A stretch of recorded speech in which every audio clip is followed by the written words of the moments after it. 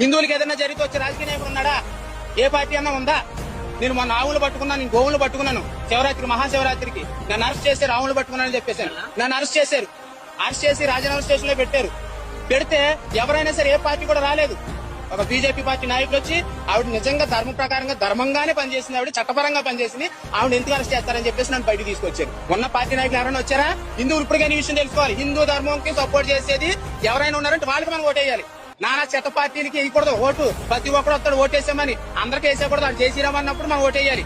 మన ధర్మానికి సపోర్ట్ చేసినప్పుడు ఓటేయాలి. నేనైతే అలాగే వేస్తాను. నేను మరి సెక్యులర్ కుక్కలు ఏం చేస్తాను నాకు తెలియదు. అన్ని మొత్తాలు సెక్యులర్ సమానమైన సెక్యులర్ గాడికి ఇదే చెప్తున్నాను. మన ధర్మం బ్రతుకుంటే నువ్వు, నీ ఇల్లు, నీ సంసారం, నీ కుటుంబం, నీ దేశం, నీ రాష్ట్రం, నీ ఊరు, నీ గ్రామం బాగుంటది. మన ధర్మమే లేనప్పుడు అవతల అన్ని మతస్థులు పెరిగిపోతారు. మనల్ని వేసేస్తాడు, మన ఆస్తిని దోచేస్తాడు, కబ్జా చేసేస్తాడు. తర్వాత మనం ఎంత నోరు కొట్టుకున్నా సరే నువ్వు మిగలు, నీ కుటుంబం మిగలదు, నీ కులం కోసం గచ్చి గోపుకుంటావు కదా, ఆ కులం కూడా